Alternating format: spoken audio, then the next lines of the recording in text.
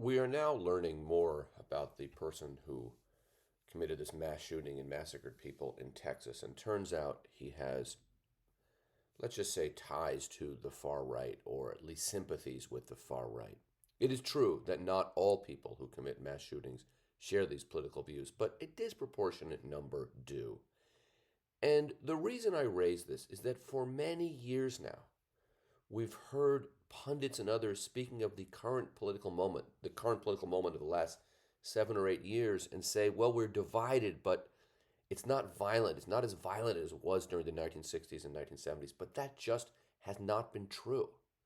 Mass shootings are acts of violence.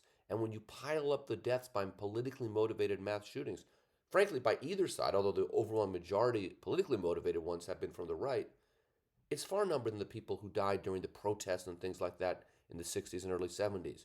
When you add in the crime against humanity that is mass incarceration, that is so violent, we are clearly in a much more violent place than we were back in those days. That's an observation. The question is there anything we can do about it, or is it going to keep getting worse?